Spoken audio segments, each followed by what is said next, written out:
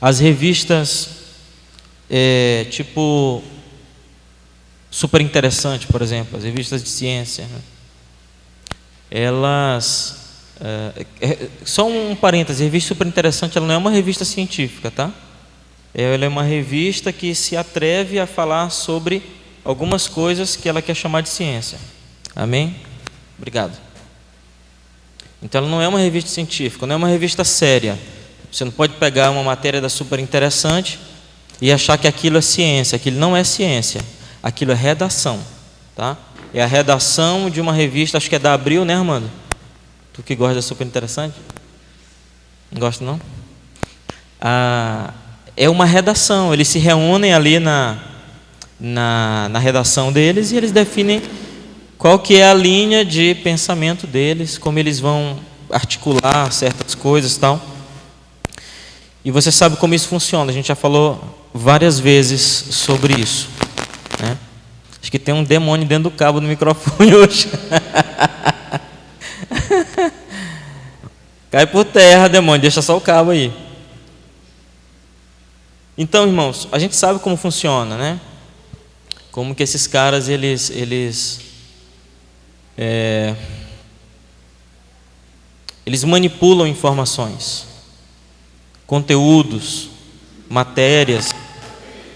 Eles manipulam assim de forma absurda para cumprir o propósito deles, né? Seja qual for o propósito, ou quem está financiando o propósito deles, então eles passam a escrever baseado naquilo, né? E assim muitas outras revistas. Hoje a gente tem pouquíssimas revistas sérias que você pode dizer que aquilo é uma coisa que você deve acreditar, né?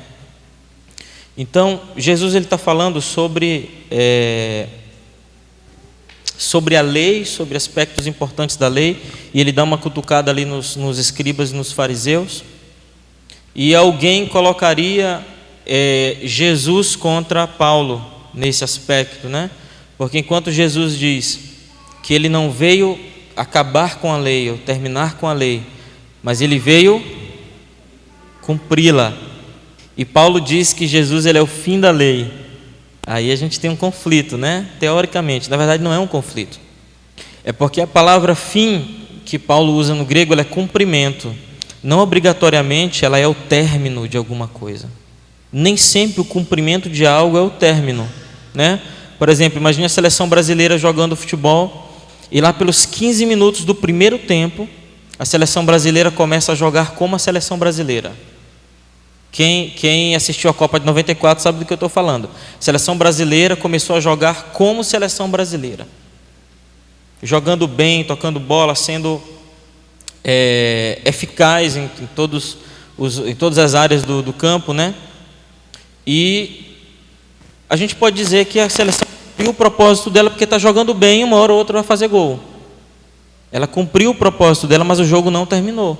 O jogo vai terminar nos 45 minutos do segundo tempo, se não houver acréscimo do juiz. Mas se ela está jogando bem, ela vai começar a fazer gol toda hora. E os gols virem, a goleada acontecer, é uma questão de tempo. Isso é cumprimento de um propósito. Está jogando como seleção brasileira. O fim do jogo é outra coisa. Paulo está dizendo que Jesus, ele é o fim da lei. Ou seja, ele veio cumprir a lei. Então ele está, na verdade, reafirmando o que Jesus havia falado em Mateus capítulo 5. Que ele veio para cumprir a lei. Ele não veio para terminar com a lei. Ele veio para fazer a lei jogar bem, entendeu? Ele veio para fazer a lei ser a lei de acordo com o que ela nasceu, com qual propósito ela foi escrita, tá? Então a gente leu esses versículos de Mateus capítulo 5 e o primeiro ponto que eu julgo ser muito importante é que ele começa nesse verso 16 que nós lemos: deixa a vossa luz brilhar diante dos homens. Ok? Vamos ler Salmo 119, no versículo 73.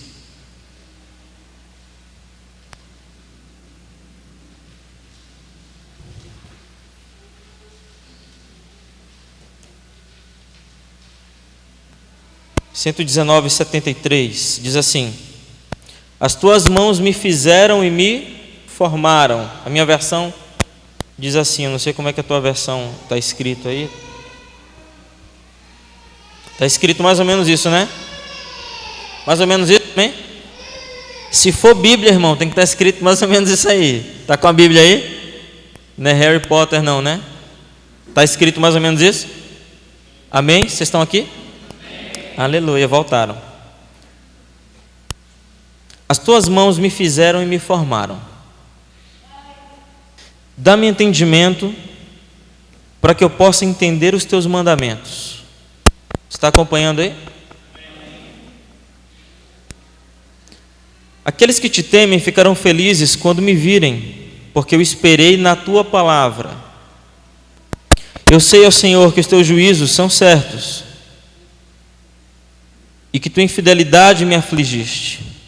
Oro a ti para que a tua misericordiosa bondade seja para o meu consolo, segundo a tua palavra, o teu servo. Que as tuas tenras misericórdias venham a mim para que eu possa viver, pois a tua lei é o meu deleite. Que os orgulhosos sejam envergonhados, pois lidam perversamente comigo sem causa. Mas eu meditarei nos teus preceitos. Voltem-se para mim aqueles que te temem e aqueles que conheceram os teus mandamentos. Que meu coração seja perfeito nos teus estatutos, para que eu não seja envergonhado. Ok? Esse verso 73 com o qual nós começamos, ele fala duas palavras aí, que é me fizeram e me formaram. Como é que diz a versão de vocês aí? Afeiçoaram e o quê? Fizeram e me afeiçoaram. Ótimo. Outra versão diz algo o quê? Suas? Formaram o meu corpo. Ok. É uma versão um pouco mais rasa assim, porque na verdade o salmista ele usa duas palavras diferentes para esse versículo 73. E de fato me fizeram e me formaram, porque são dois aspectos distintos. Fazer é construir, é pegar o barro e fazer um boneco, isso é fazer, ok? Pega um bonequinho e constrói. A palavra formar, ela já tem outra conotação, porque tem um aspecto no nosso corpo que ele não é construído com as mãos. Dois aspectos, quais são eles? Vocês sabem. Não são feitos com as mãos. Lembra, nós somos espírito, alma e corpo.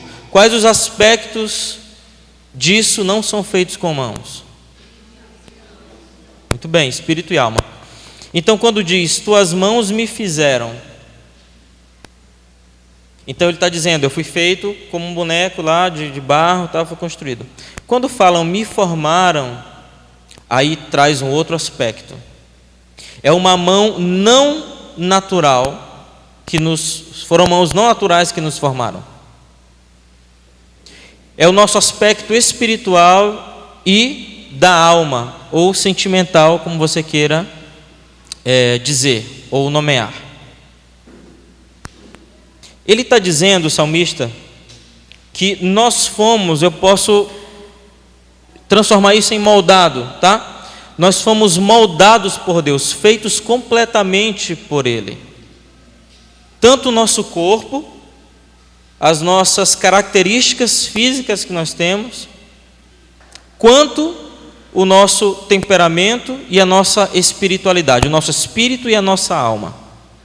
E esses dois últimos aspectos, eles são tão interessantes que, embora você consiga, por exemplo, fazer uma cirurgia plástica, você tinha um nariz grande e botou pequeno, você tinha uma orelha grande e diminuiu, você tinha não sei o que, botou não sei o que. Quando você tiver um filho, seu filho vai nascer igual como você era, né? Ok? Então, quando você for casar, procure ver a foto de como era a criança com quem você está casando agora, né? Que é um adulto, porque provavelmente vai ser 50% ou mais parecido com essa pessoa, tá? Meu amor, tua orelha diminuiu. Foi, amor, eu paguei, tem a nota disso aí. Então, esse aspecto, ele vai se repetir, é genealogia, é DNA, ele vai se repetir quando os filhos nascerem. Agora, alma e espírito, o nosso comportamento e a nossa espiritualidade, eles são moldáveis o tempo inteiro. O tempo todo eles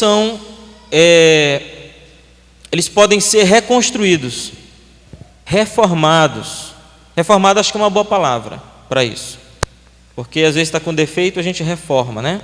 É o que a gente faz no GARP, no GARTIM. Está com defeito, reforma. Corrige, muda, né? Isso é a completude de como Deus nos fez, é o versículo 73. Nos fizeram e nos formaram. Ele completa dizendo: dá-me entendimento para que eu possa aprender os teus mandamentos. Olha, ele está dizendo que ele precisa de entendimento para aprender os mandamentos. Jesus fala de mandamentos lá da lei, dos mandamentos, consequentemente, em Mateus capítulo 5. Ele está falando, salmista, de algo que é uma coisa que a gente precisa pedir para Deus o tempo todo.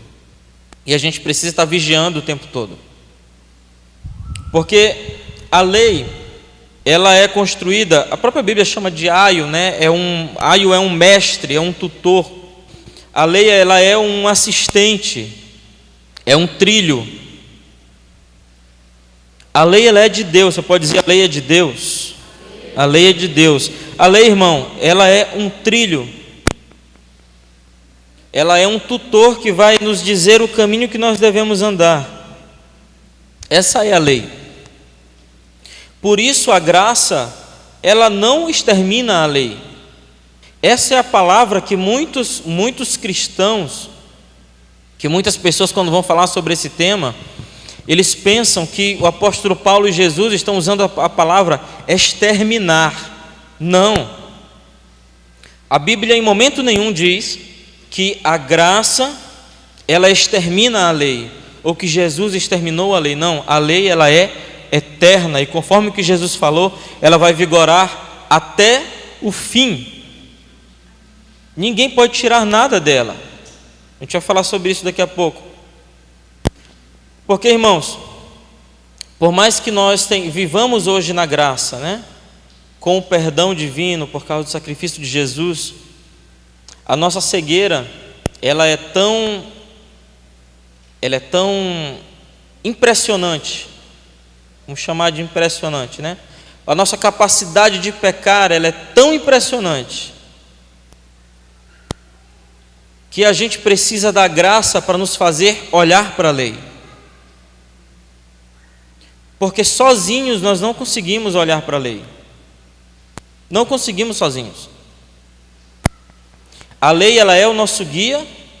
Ela diz o que nós devemos e não devemos fazer, ok? Diz o que devemos e não devemos fazer. Não devemos adorar a imagem de escultura. Devemos respeitar os nossos pais para ter longos dias na terra. Devemos adorar a Deus como o único Deus, os nossos irmãos como a nós mesmos, o nosso próximo como a nós mesmos, guardar o Shabat, fazer o Shabat. Então são aspectos que são eternos e que a gente precisa olhar para eles. Só que a gente se esquece. Vide, por exemplo, milhares de anos de igreja sem que a igreja realizasse o Shabat, a igreja cristã fizesse o Shabat. Por que a igreja parou de fazer o Shabat, irmãos? Você vai procurar centenas de explicações históricas, científicas, sociológicas, e nada que não seja o pecado vai conseguir dar uma explicação sólida para isso. Cegueira, pecado, só isso. Antissemitismo. Porque em momento nenhum da história o Shabat deixou de ser mandamento. Em lugar nenhum. Nenhum apóstolo disse isso. Nenhum evangelista falou isso. Nenhum profeta falou isso. Ninguém falou isso. Por que a gente deixou ela cair? Ele cair. Quando eu falo a gente, estou falando agora de igreja mundial, né? Por que a igreja deixou cair? Por que hoje é tão difícil? Porque quando a gente fala do assunto, Muitos pastores, muitos cristãos ficam assim, arrepiados com o assunto, porque parece judaísmo, né? Parece judaísmo. Mas, irmãos, é escritura sagrada, é Bíblia. Não é Bíblia? É Bíblia. Não tem nada de diferente entre não cobiçar aquilo que é do próximo e fazer o Shabat entre os 10 mandamentos. Não há diferença. Está nos 10 mandamentos, é para ser feito. A questão é que nosso pecado, nossa cegueira, ela vai nos levando a nos fazer deixar de cumprir princípios, principalmente aqueles princípios que são mais difíceis de serem cumpridos, ou aqueles que nos exigem mais, né? Acho que é melhor colocar dessa forma. Aquilo que nos exige mais, a nossa alma vai empurrando, a nossa carnalidade vai empurrando e vai jogando para fora da nossa Bíblia, mas continua lá. É mandamento, irmão. São 10 os mandamentos. Então, é impressionante como nós somos cegos. É impressionante. Como nós vamos terminar esse culto, a gente falou sobre vários assuntos. Quando terminar esse culto, nós vamos voltar a fazer alguns dos pecados que cometíamos. É impressionante. Você vai ouvir o melhor dos pregadores, você vai ouvir D.L. Moody pregando. Você vai ler um texto, um livro de D.L. Moody, de Charles Spurgeon, e você vai chorar com aquele texto lá falando, John Wesley falando sobre santidade, você vai chorar lendo aquele texto. Na próxima oportunidade, provavelmente você vai pecar, ou você vai ficar balançado. O que explica, irmãos, nós sermos confrontados pelo Espírito, ou no nosso espírito, pelo Espírito Santo, com os nossos pecados, ou ser confrontados com a história de Jesus, ou com as Escrituras, e depois voltar a pecar. É essa impressionante cegueira espiritual que temos. Se não tivermos um tutor, que é a lei, para dizer isso é pecado, a graça não vai dizer.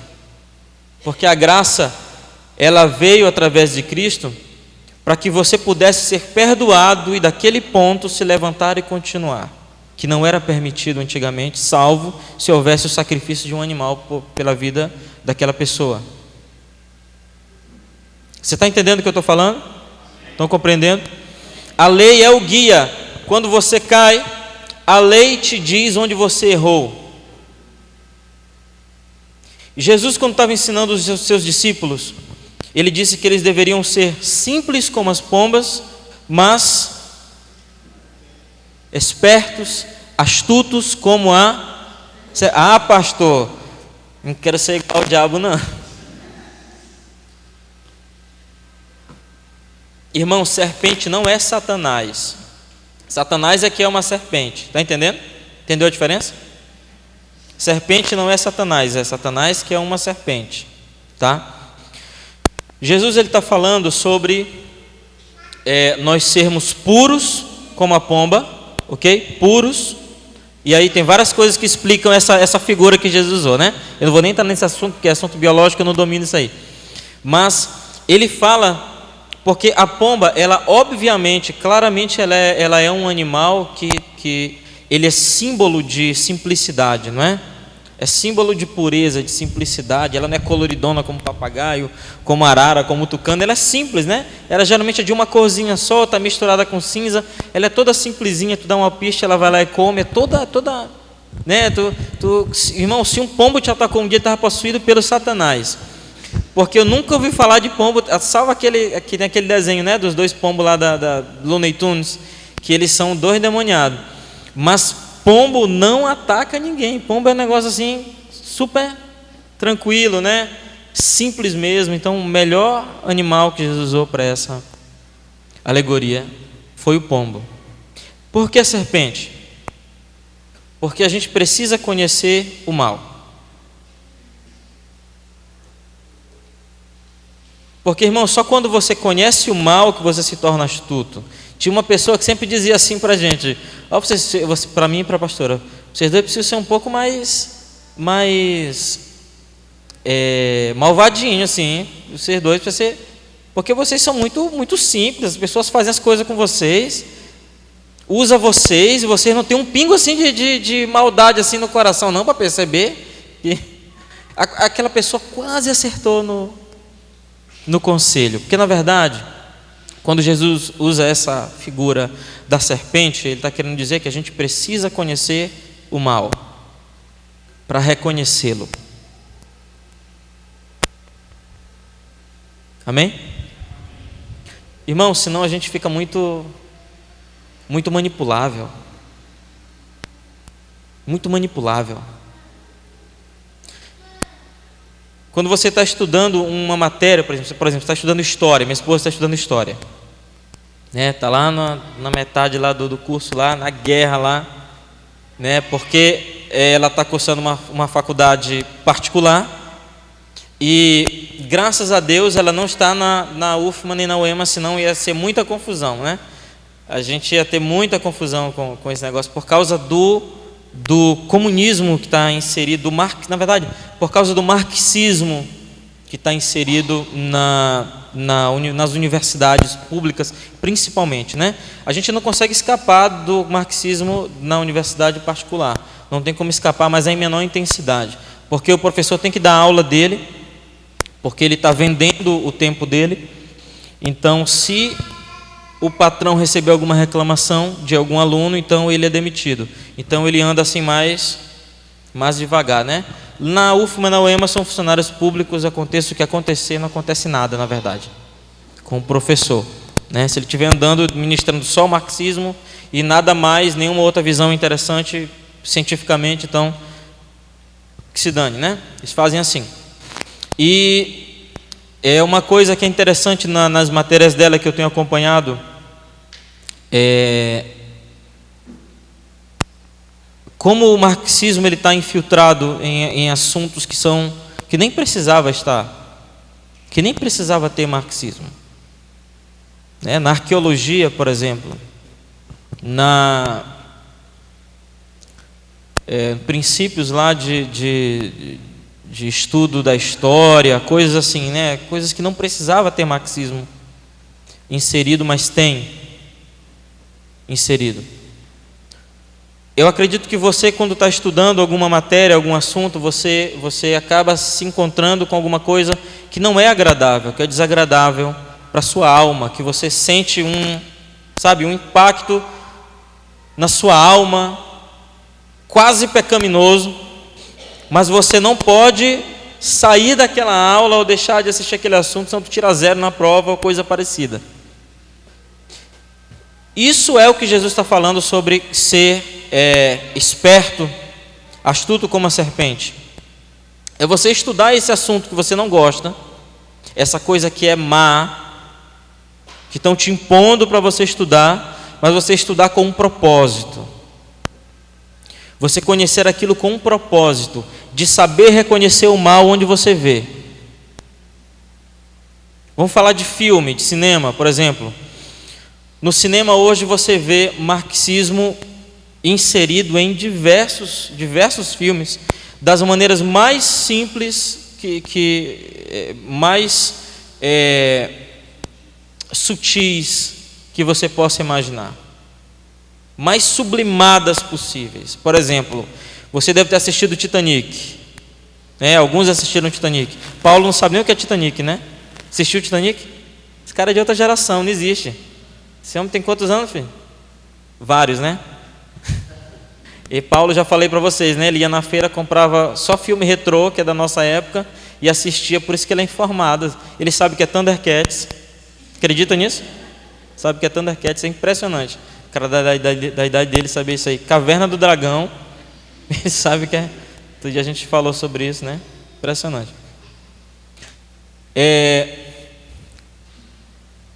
O filme Titanic, ele apresenta uma moça da classe alta que tem um romance com um rapaz plebeu. Na classe alta só tem confusão e trapaça. Lá naquele salão de milionários, onde é servido um monte de coisa, só tem confusão e trapaça. Lá na classe baixa, na terceira classe do navio, as pessoas se divertem, se alegram, contam piadas, sorriem. Isso é marxismo puro. Não pode haver felicidade na classe alta. Só na classe trabalhadora é que há felicidade. Só na classe baixa. Isso é marxismo puro, puríssimo. E assim a gente encontra centenas de outros filmes onde você tem uma moça ou um rapaz da classe alta que só encontra felicidade com alguém da outra classe, porque é só na classe trabalhadora que há felicidade, na rica não há, enquanto que para eles a classe rica é que é boa, né? Para quem é o chefe no marxismo, né? O caso de governadores, presidentes, grandes empresários marxistas, né? Que não pode existir empresário marxista, é uma coisa incompatível, né? Mas eles podem ser felizes, porque na verdade eles não são marxistas de verdade. Eles são grandes capitalistas selvagens, não são marxistas de verdade. Então, eles encontram felicidade na nossa desgraça, digamos assim, né? Quanto mais eles nos fazem ser moldáveis para eles, quanto mais eles nos fazem pensar que nós só seremos felizes se não formos ricos, então é melhor para eles que eles se mantenham naquela classe e não há concorrência.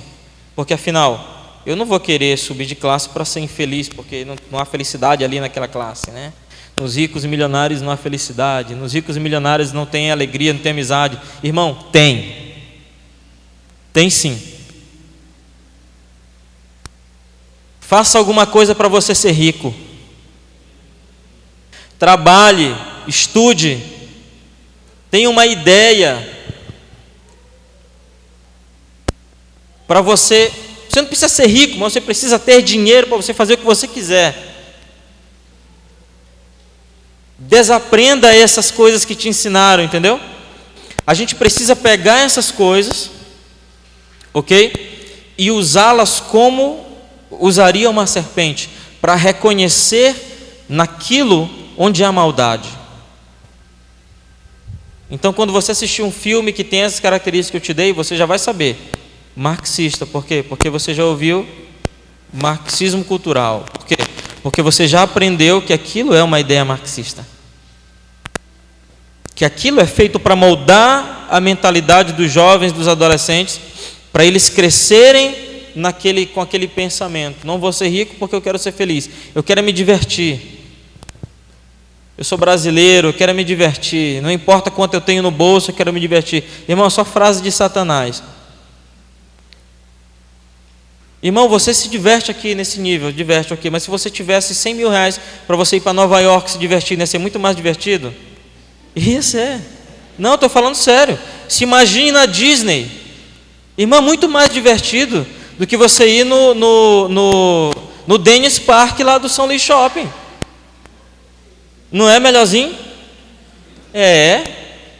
Então, bora colocar as coisas nos seus devidos lugares, ok? Dinheiro é bom desde que seja teu servo, tá?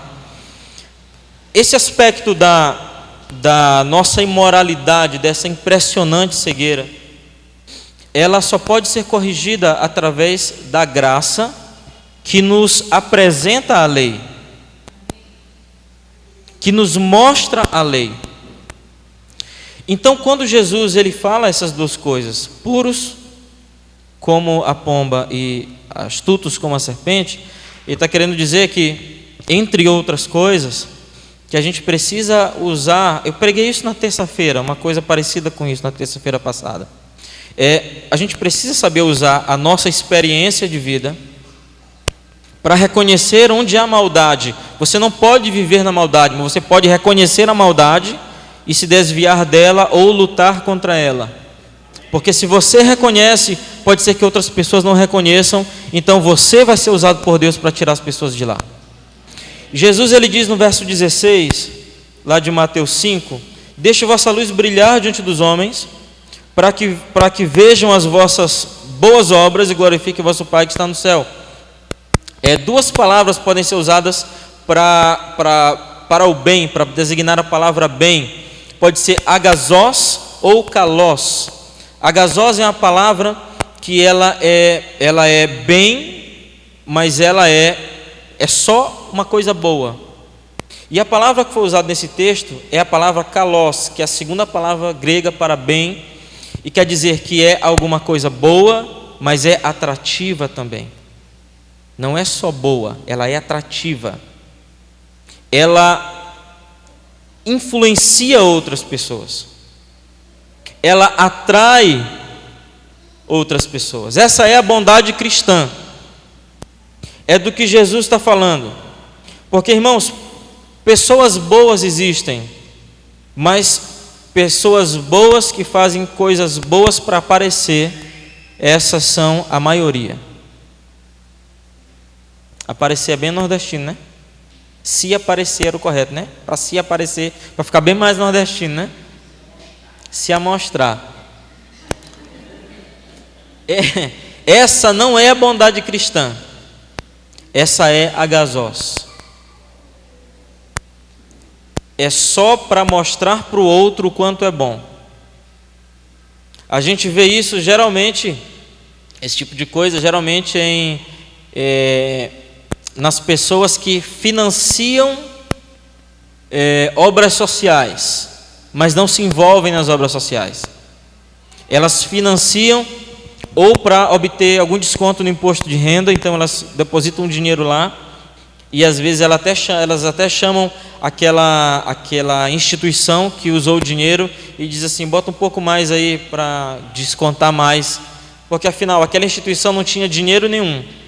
O cara doou 10 mil, só que ele pede para a pessoa colocar lá 30. O presidente da instituição geralmente vai concordar, porque tinha 0 mais 10 é 10, né? 0 mais 10 mil é 10 mil. Assinar um papel com 30 mil não dói para ele. Então o cara geralmente faz isso, né? Quem é esse tipo de bonzinho aí, que é apenas para mostrar a sua bondade para o outro, mas não é bom de verdade. Já quem não apenas financia, mas que participa de uma obra social, por exemplo, né? Existem várias maneiras de ser bom, e ser bom de uma maneira atrativa, como essa palavra que a gente está falando, a palavra que Jesus usa. Essa pessoa, ela financia, ela tira do seu bolso o dinheiro, mas ela também participa porque ela ama. Ela também faz porque ela ama. E nem sempre ela tem dinheiro, mas ela participa porque ela ama, porque ela gosta de fazer aquela coisa. E, irmãos, quando isso acontece, há uma convergência assim espiritual, que faz com que aquela coisa, aquela obra, aquele projeto, ele se torne um projeto amável, atrativo, como por exemplo é o museu. O museu é atrativo, a Casa de Cultura Huguenote é um projeto atrativo. Não há dinheiro nosso aplicado ali, nosso que eu falo da congregação, né? Nós todos, né? Não há tanto dinheiro aplicado ali. A gente luta para levantar só o essencial, porque é como a gente pode fazer, somos poucos. Alguém, uma outra pessoa nos ajuda, né? A MCM deposita R$1.000, é a maior oferta que a gente recebe no museu, a maior doação que a gente recebe no museu para manter o museu aberto. E mesmo com tudo, nós fazemos isso sem qualquer outro propósito que não seja apenas fazer o que estamos fazendo. Entendeu a filosofia? O que eu quero dizer com isso? Poderíamos estar fazendo para ser políticos, como acontece muito, né? Uma pessoa que faz um projeto para os pobres, por exemplo, né? Aí faz um projeto para os pobres, é um cara bonzinho, tal, não sei o que, não sei o que. Irmão, no ano da eleição ele aparece com o número dele. Aí a gente fica decepcionado, porque nós achávamos que aquilo era uma coisa vinda do coração, que a pessoa fazia porque amava. E aí de repente o cara vem com um número de candidatura, que não é pecado ser candidato, não há problema nenhum em ser candidato. O problema é do que nós estamos falando. É quando o coração não está aplicado de verdade, não é a verdadeira bondade cristã. Sempre tem um propósito por trás, e geralmente a justificativa é: estou me candidatando para poder fazer mais. Geralmente, não é o que acontece.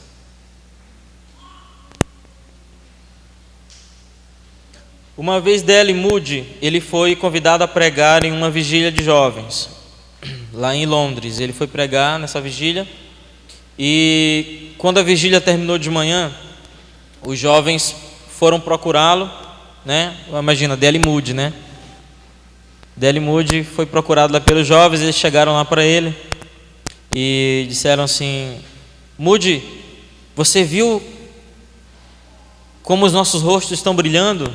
Eu me lembrei, lendo esse episódio da vida dele, que pareceu com o que os discípulos disseram para Jesus quando voltaram daquela ordenança que Jesus envia 70, de 2 em 2, e eles voltam e dizem para Jesus assim: Jesus, nós expulsamos demônios, curamos enfermos, todos alegres pelas coisas que fizeram, que não há pecado nessa alegria, mas o problema é que Jesus via o coração deles. Então, quando Jesus fala aquela frase, eu vi até Satanás cair do céu, né? Tipo assim, expulsar demônio é bobagem. Vocês têm que se alegrar por ter o nome escrito no livro da vida, ou arrolado no reino dos céus, como é que Jesus usa naquele texto lá, Mateus 10 e Lucas 10. D.L. Moody olhou para aqueles jovens e disse assim: Moisés não estava tão ansioso como vocês quando seu rosto brilhou. Ô facada! Não tinha uma resposta mais dura do que essa não, né? Comparou aquele entusiasmo juvenil, né? Aquele entusiasmo adolescente daqueles rapazes, daqueles garotos, com a vida de Moisés, querendo ensinar para eles que aquilo, na verdade, faz parte de quem busca a Deus. O rosto brilhar faz parte de quem busca a Deus. E o rosto brilha de verdade quando você não busca o rosto brilhar, mas quando você busca autoridade. Essa palavra foi usada lá no Antigo Testamento. Ela é a mesma palavra para autoridade. Então, o que Moisés apresenta quando o rosto dele brilha, na verdade, ele estava apresentando a autoridade de Deus, porque ele estava com Deus, ele estava na presença de Deus. Então imagine você entrar na sala de um presidente da república. Você foi convidado para ser um ministro. Você entra na sala do presidente da república, você é ninguém. Você sai de lá com o encargo de ministro, de um ministério qualquer. Você vai sair poderoso, empoderado, cheio de autoridade, com o rosto brilhando, porque agora você tem uma autoridade fenomenal. Você tem orçamento, você tem pessoas para administrar, você tem determinadas coisas em um país para fazer. Irmãos, é a mesma coisa que Jesus está falando: deixa a vossa luz brilhar diante dos homens.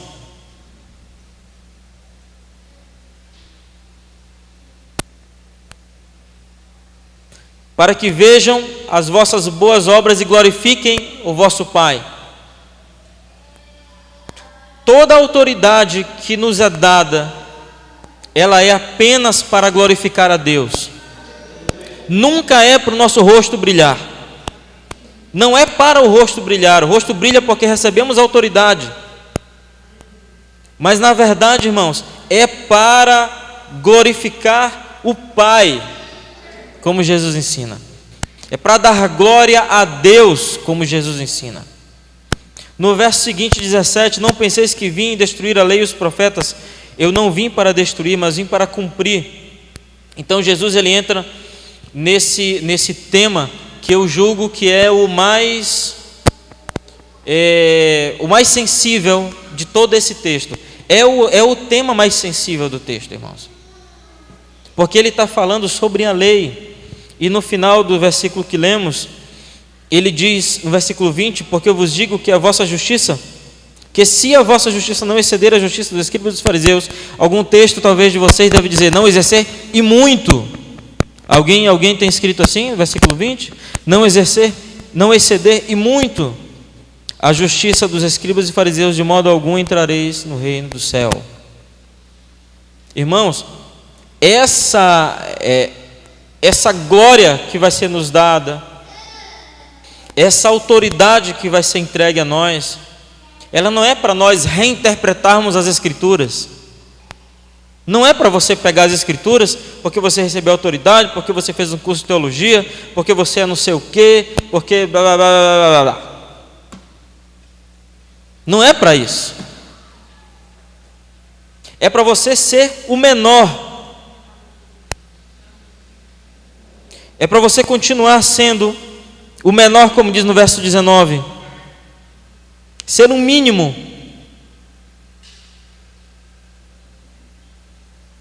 A autoridade que é dada, ela é para cumprir a lei.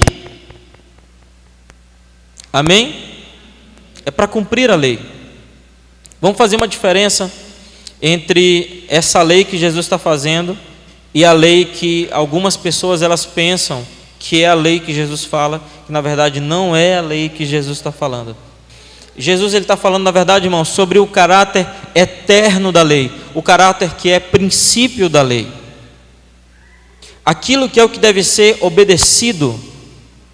A lei norte-americana, a Constituição norte-americana, ela é infinitamente mais enxuta do que a Constituição brasileira. Então, quando você tem menos regras, você tem menos brechas.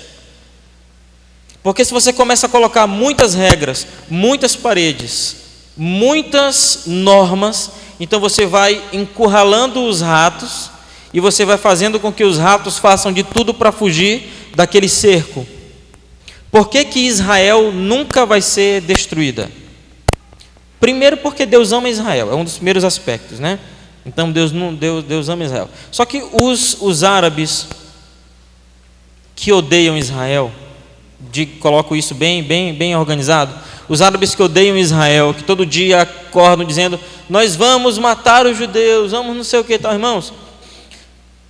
A pior coisa que você faz quando você está numa guerra atacando um inimigo é quando você encurrala ele. Quando você encurrala um inimigo contra um lugar que não tem saída, você cria kamikazes. No aspecto real da palavra que aconteceu em Pearl Harbor, nos Estados Unidos. Os Estados Unidos encurralaram os japoneses de tal maneira que eles não tinham para onde fugir. Ficaram encurralados pelos americanos e pelos aliados. O que eles fizeram? Eles começaram a jogar os seus aviões contra os porta-aviões americanos. Eles começaram a se matar. Isso não é da cultura japonesa. Se fosse da cultura japonesa, até hoje eles se matavam. Ia para uma guerra contra a Coreia do Norte, se matava. Ia para um outro lugar, numa outra guerra, se matava. Não, irmãos, isso não é da cultura, é porque eles foram encurralados. Então eles fizeram de tudo para conseguir fugir. Irmãos, se os árabes, Israel ela está na costa do mar Mediterrâneo. O lado de vocês é esse, né? Na costa do mar Mediterrâneo. Se os 7 países que estão na fronteira empurrarem Israel contra o mar, irmãos, ali vai ser uma loucura. Porque judeu já não é normal da cabeça quando se fala de guerra, né? De guerra eles são os melhores. Armamentos são os melhores, tecnologias os melhores. Agora imprensa eles contra o mar e diz, nós vamos empurrar vocês contra o Mediterrâneo, irmão. Eles vão acabar com todo mundo e vai tomar o território todinho até a fronteira com a China. Porque você não pode encurralar o teu inimigo contra a parede, senão você vai construir um gigante contra você. A Constituição americana, como ela é muito livre, ela é menor do que a brasileira, ela é bem aberta, isso faz com que juízes e advogados tenham muito mais liberdade de interpretá-la. Consequentemente, a gente tem menos aberrações do que o que a gente tem hoje no Brasil, por exemplo. Né? As aberrações que vocês sabem, várias estão acontecendo nesse momento. Então, esse aspecto da lei ele é interessante, porque eu estou falando da lei humana. Agora, Jesus ele não está falando disso. Ele está falando de uma lei eterna, de uma lei que tem princípios. Eu usei a Constituição Americana para fazer esse exemplo, né? Ela está lá desde 1700 e pouco, lá parada. 1800 e pouco, algumas reforminhas, mas ela é uma Constituição quase intacta, quase como estava original. Pode ser usada como esse exemplo. a lei de Deus, ela é muito mais aperfeiçoada do que a Constituição americana. Ela é muito mais perfeita do que qualquer Constituição humana, a lei de Deus. Então ela não precisa de reforma. A gente não pode tirar nenhum dos mandamentos, é o que Jesus está dizendo. Você não precisa reformar a lei, porque ela não foi feita por homens. Então quando ele diz, verso 18, acompanhe comigo, porque na verdade eu vos digo, até que passe o céu e a terra, nenhum iota ou um traço da lei passará até que tudo seja cumprido. Ou seja, ela não precisa de reforma. Os 10 mandamentos não precisam de reforma. Jesus estava falando sobre os 10 mandamentos. Ele não estava falando sequer sobre 613 mandamentos, que são as outras interpretações da lei, os outros acréscimos de Moisés, aquilo que está em Levítico, Número, Deuteronômio, as regras para as festas. Jesus não estava falando disso, ele estava falando sobre a lei, os 10 mandamentos. Ele diz que, ele está querendo dizer que a lei, ela é tão importante que nem sequer um menor aspecto da literatura da lei ou caligráfico da lei pode ser corrigido. Você não pode nem tirar uma vírgula de um lugar e colocar em outro. Você não pode tirar um pontinho de cima de uma letra hebraica e colocar em outro lugar. Você não pode tirar um tracinho de uma letra hebraica, apagar. Você não pode fazer nada, não pode tirar, não pode aperfeiçoar, não pode reformular, não pode tirar nenhum dos mandamentos, não pode fazer nada, porque na verdade não precisa, ela é perfeita. O que Jesus estava fazendo era falando sobre outro aspecto da lei, sobre outra parte da lei que aqueles homens entendiam muito bem.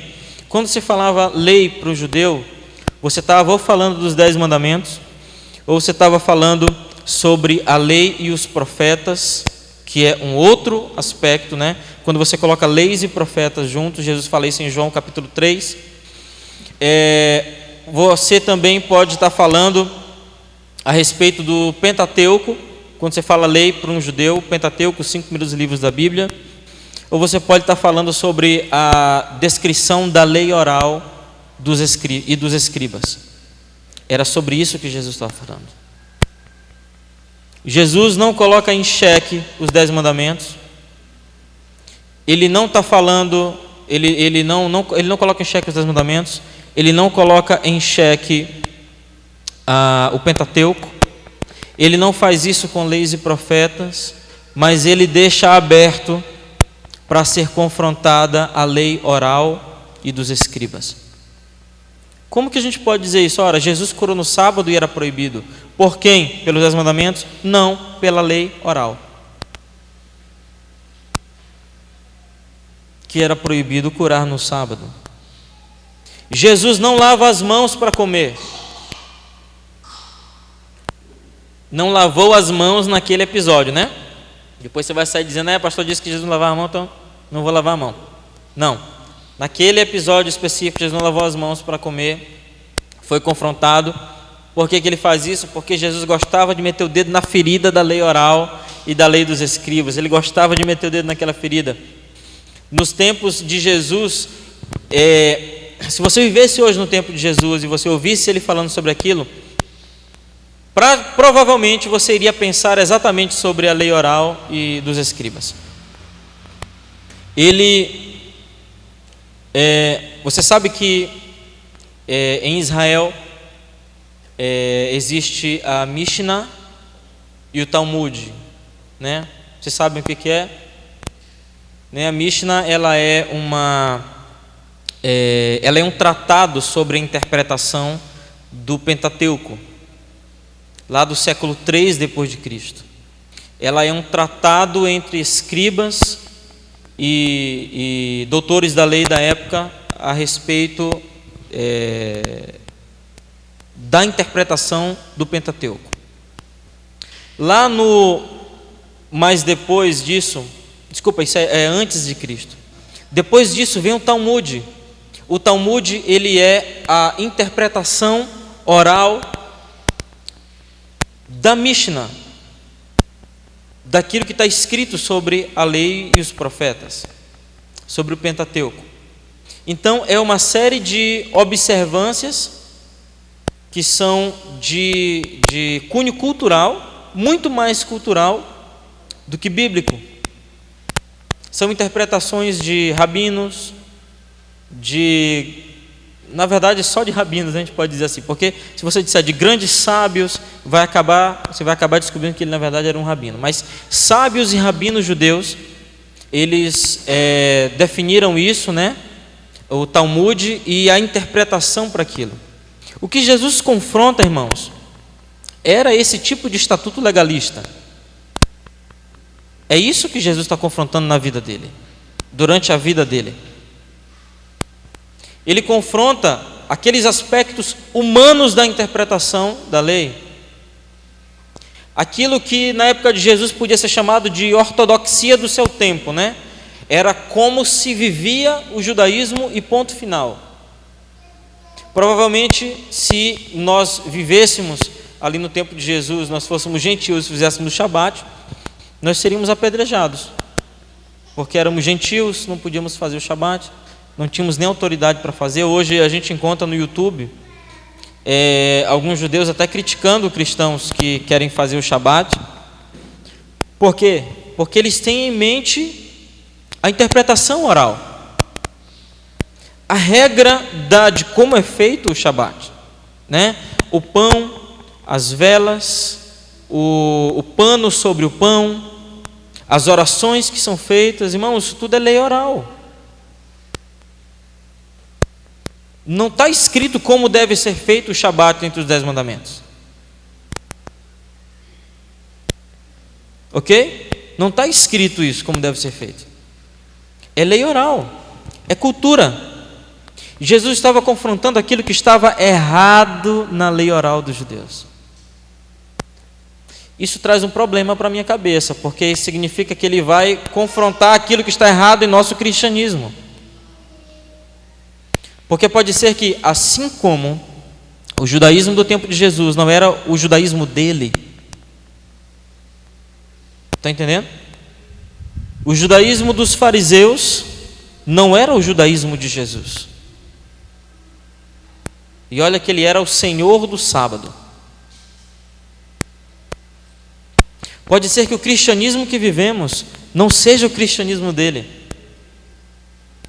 Se Jesus viesse hoje aqui e dissesse: está tudo errado, essa maneira de você pregar nesse púlpito aí, você estudar hermenêutica, homilética, tudo está errado, tudo é coisa grega. Você tem que pregar pela ética, não é pela hermenêutica. Não é teologia, é ética. Já pensou se Jesus viesse aqui e confrontasse, irmãos? Provavelmente muito do que fazemos hoje e chamamos cristianismo não seja cristianismo. A gente precisa sempre, por causa disso, a gente precisa sempre estar olhando para as Escrituras e ver o que Jesus fazia, como ele fazia. Irmãos, não tem como a gente escapar. Isso aqui é nosso aio, é o nosso mestre, é a nossa lei. Não importa se é Antigo ou Novo Testamento, é a nossa lei, é aquilo que nos guia, e quando a gente está em dúvida se estamos errados, precisamos voltar e olhar para lá, para ver no que estamos errados e corrigirmos. Amém? A gente precisa estar de olho nas Escrituras, para a gente não errar. Quando você examina os 10 mandamentos, você vai ver que a lei, os 10 mandamentos, eles todos culminam na adoração a Deus. Ou eles nos dão a direção para adorar a Deus, ou os mandamentos nos dizem o que não devemos fazer para ferir a integridade ou a nossa reverência diante do Senhor. É inevitável me lembrar de terça-feira, porque o que nós conversamos na terça, o apóstolo Paulo, ele fala de vários terrenos da nossa mentalidade, e em todos eles, ou pelo menos na maioria deles, tem aspectos que são muito importantes com relação ao culto, em que nós precisamos observar algumas coisas para fazer o nosso culto perfeito. Aí talvez alguém diga, né, assim, no ápice do seu comunismo, não há o culto perfeito, sim, por causa da graça. Porque por mais que você erre tentando acertar, o Senhor vai considerar que você tentou acertar e não que você errou. Essa é a graça. Por isso que a gente pode fazer o Shabat. Porque por mais que nós erremos a lei oral, por mais que a gente erre na cultura, mas o Senhor considera que nós estamos tentando fazer aquilo que é certo. E nós seremos automaticamente perdoados e mais na frente corrigidos. Amém? Para a gente terminar o Salmo 119, amém? Versículo 77 diz assim, acompanhe lá comigo. Que as tuas tenras misericórdias venham a mim, para que eu possa viver, pois a tua lei é o meu deleite, ou seja, é o meu prazer. A tua lei é a minha alegria. Irmãos, como alguém pode pensar em uma lei que traz deleite, se pensa que a lei é má? Parece que nós temos duas Bíblias, por isso que algumas pessoas não querem ler o Antigo Testamento, o Primeiro Testamento, porque interpretam errado o Novo Testamento. E porque interpretam errado, acham que no primeiro as leis elas são pecaminosas, elas são más. Irmãos, os 10 mandamentos são bons. É a boa lei de Deus, é a perfeita vontade de Deus. Está nos 10 mandamentos. Ele ainda diz, 78, que os orgulhosos sejam envergonhados, pois lidam perversamente comigo sem causa. Mas eu meditarei nos teus preceitos. Voltem-se para mim aqueles que te temem e aqueles que conheceram os teus testemunhos. Que o meu coração seja perfeito nos teus estatutos, para que eu não seja envergonhado. No 79, irmãos, quando diz, voltem-se para mim aqueles que te temem, o salmista, ele está querendo, isso também está no versículo 74, um termo parecido, quando diz assim, eu sei, ó Senhor, 74, aqueles que te temem ficarão felizes quando me virem. Olha como tem uma certa semelhança. 74, os que te temem ficarão felizes quando me virem, porque eu esperei a tua palavra. E 79 diz, volta-se para mim aqueles que te temem. Ou seja, como se ele estivesse dizendo que é necessário que haja uma congregação de pessoas que temem ao Senhor. Ora, o temor nada mais é do que medo respeitável. Temor é um medo respeitável. Você não teme porque vai morrer, você teme porque reconhece a autoridade. Amém? Isso é temor. Quando ele diz isso, que ele quer que se voltem para ele, ou que cheguem até ele, aqueles que temem ao Senhor, ele está querendo dizer que ele quer, ou ele precisa, ou nós precisamos como nação, como cidade, como pessoas, que haja uma congregação de pessoas que temem ao Senhor, de pessoas que o adorem. É preciso, irmãos, que haja um aglomerado de pessoas que façam isso. É preciso. Congregar é importante para mim, ok? Para mim como cristão é importante, mas também é importante para a nação que nós nos congreguemos. Porque nós fazemos uma unidade. Jesus não falou que onde houverem 2 ou mais unidos em seu nome, ali ele estaria. Por que a gente interpreta que é uma coisa alegórica? Não é alegórico, é real, é verdadeiro, é físico. É físico, como que ele estaria em um lugar onde há uma congregação de 2 ou 3 irmãos? Porque nós exercemos muita influência quando estamos juntos.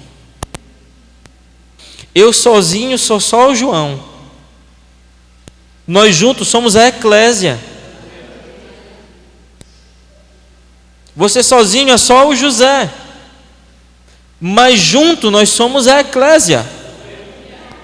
Nós nos reunimos para resolver de fato problemas da cidade, questões que faltam, que não são abordadas. Irmãos, por onde isso passa? Pela adoração.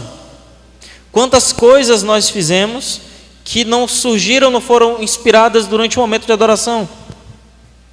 Não, eu estou mentindo, né? Não é verdade? Quantas coisas, irmãos? A missão na Alemanha, o museu, a SAEM, e aí eu poderia dizer dezenas de outras coisas, outros projetos que acabaram surgindo, não porque nós já estávamos fazendo alguma coisa, não. Essas coisas surgiram porque nós estávamos adorando. Não foi uma coisa que puxou outra, não. A gente estava adorando despretensiosamente, e o Senhor resolveu dar uma ideia nova de uma coisa que a gente não estava fazendo nem pensando. Ele nos deu, nos mandou fazer. Olha como a adoração, ou como você ser adorador é importante. Irmãos, é por isso que esse grupo é seleto. É por isso que esse grupo é o que Deus procura. Verdadeiros adoradores que o adoram em espírito e em verdade, ou seja, pessoas que o temem.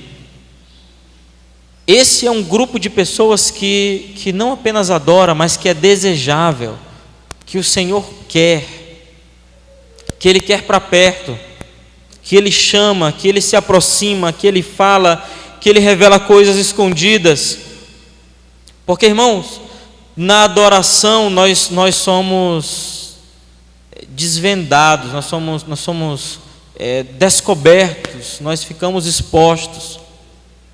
Ele nos vê completamente, Ele revela coisas que estão ocultas, Ele traz à existência coisas que ainda não existiam, Ele nos faz orar por coisas que nós precisamos e nem sabíamos. Quantas vezes a gente conta testemunhos de coisas que, olha, eu nem estava me tocando, que eu estava me tocando, né? Eu nem estava me tocando para aquela coisa que eu estava precisando, mas o Senhor me fez orar por aquilo. E no outro dia aconteceu. Irmãos, o que explica isso? Isso só acontece na congregação dos que o temem. É quando nós estamos unidos, quando nós estamos reunidos. E aí é inevitável me lembrar de um versículo muito perigoso, lá de Gênesis capítulo 6, quando o Senhor olhou para a Torre de Babel e disse assim: porque eles pensam igual, não há nada que eles intentem fazer que não seja possível. Tudo bem que o aspecto naquele momento era a Torre de Babel, era um projeto pecaminoso, mas, irmãos, na adoração é desse jeito. Quando nós estamos juntos adorando o Senhor, juntos com um propósito, orando por alguma coisa, irmãos, vai acontecer. Vai acontecer. Hoje, quando a gente terminou o culto de manhã, eu peguei meu celular, eu estava ainda ali sentado no teclado, peguei o celular e abri lá no site de um jornal de Israel, e eu vi que há 12 minutos o comitê estava reunido para deliberar sobre a autorização de entrada ou não de estrangeiros em Israel. Irmãos, a nossa oração faz isso.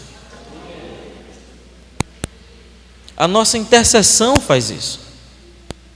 40 minutos depois da reunião, eles decidiram que o passaporte verde não ia mais ter validade para lugares. Passaporte verde é um passaporte, um aplicativo no celular que só te permite entrar em certo lugar se estiver vacinado e apresentar aquele certificado lá. Ele foi suspenso para lugares com menos de 100 pessoas, para lugares onde a lotação é menor do que 100. No que eles estão pensando? No turismo. Estão pensando no turismo, não em outra coisa. Para liberar o passaporte verde para lugares com aglomeração menor do que 100 pessoas, estão pensando no turismo, estão pensando na gente. Deus está enchendo a paciência deles lá. Deus está falando que eles abrem para o Brasil. Abre, bichinho, compara passagem. Abre, bichinho. Deus está falando com eles. Eu não sei se vai abrir, porque homem é coisa difícil, né? Que só Deus para entender. Mas, irmãos, que nós estamos vendo que Deus está lutando, nós estamos vendo. Que Deus está batalhando por esse propósito, a gente está observando isso. Os 10 mandamentos, eles são a essência fundamental de toda a lei. Dos 10 mandamentos nós podemos criar algumas regras, são coisas humanas, é como a lei oral que nós acabamos de falar, da qual Jesus criticava e combatia. Nós podemos tirar várias lições e criar outras regras, mas, irmãos, no final das contas, elas apontam para a adoração a Deus, aponta para respeito, aponta para reverência, ela aponta o caminho para onde devemos andar. É isso que a lei faz. Ela nos ensina a adorar, nos ensina o dia de agradecer a Deus, nos ensina quanto tempo precisamos trabalhar, quanto tempo precisamos parar de trabalhar e por quanto tempo precisamos fazer isso. Nos ensina quem é o nosso Deus, nos ensina qual Deus não devemos adorar, nos ensina os nossos limites do que nós podemos possuir, do que nós podemos observar que outro tem e podemos ter ou nem sequer desejar. A lei faz tudo isso conosco. A lei constrói em nós, irmãos, um caráter de adoração verdadeira. Um caráter de adoração verdadeira. Ela constrói isso dentro de nós. Por isso, nós não podemos ignorá-la, desrespeitá-la ou modificá-la. Não podemos fazer isso. Mas se somos verdadeiros adoradores, precisamos nos guiar olhando para ela. Quando adorar, o que fazer, o que podemos fazer, quem é nosso Deus, como é o caráter dele, como ele fala. E não seremos enganados. Eu quero terminar com os últimos versículos de Mateus capítulo 6, esses versículos 19 e 20. Mateus 5, desculpa. Quando ele diz no verso 19: portanto, qualquer que quebrar um desses mínimos mandamentos e que ensinar assim aos homens, será chamado menor no reino do céu. Ou seja, não vai ter importância nenhuma quem quebrar algum dos mandamentos. Não vai ter importância nenhuma. Não vai servir. Ele continua dizendo: aquele que os praticar e ensinar será chamado grande no reino do céu. Você quer ser chamado grande? Pratique e ensine esses mandamentos. Você quer ser chamado grande, quer ser reconhecido? Irmão, vamos parar de hipocrisia, né? Você quer ser reconhecido como grande no céu? Eu quero. Você é humilde desse jeito? Não quer ser reconhecido como grande? Quer ser o menor? Não. Você quer ser reconhecido? Você quer ter uma autoridade lá no céu, amém? Reconhecimento no céu pelo que você fez? Ensine e pratique os mandamentos. É só isso que você precisa fazer. É o que Jesus fala: porque eu vos digo que se a vossa justiça não exceder a justiça dos escribas e fariseus. Qual é a justiça deles? A lei oral, as regras, aquela interpretação humana que Jesus combatia. A nossa justiça precisa exceder e muito isso. Nós precisamos nos manter fiéis aos 10 mandamentos, fiéis à lei do Senhor, sabendo que desde já não conseguiremos cumpri-los, mas Jesus morreu por nós para reconhecer que nós pelo menos tentamos. Amém? Vamos orar ao Senhor. Eu quero te convidar a ficar de pé.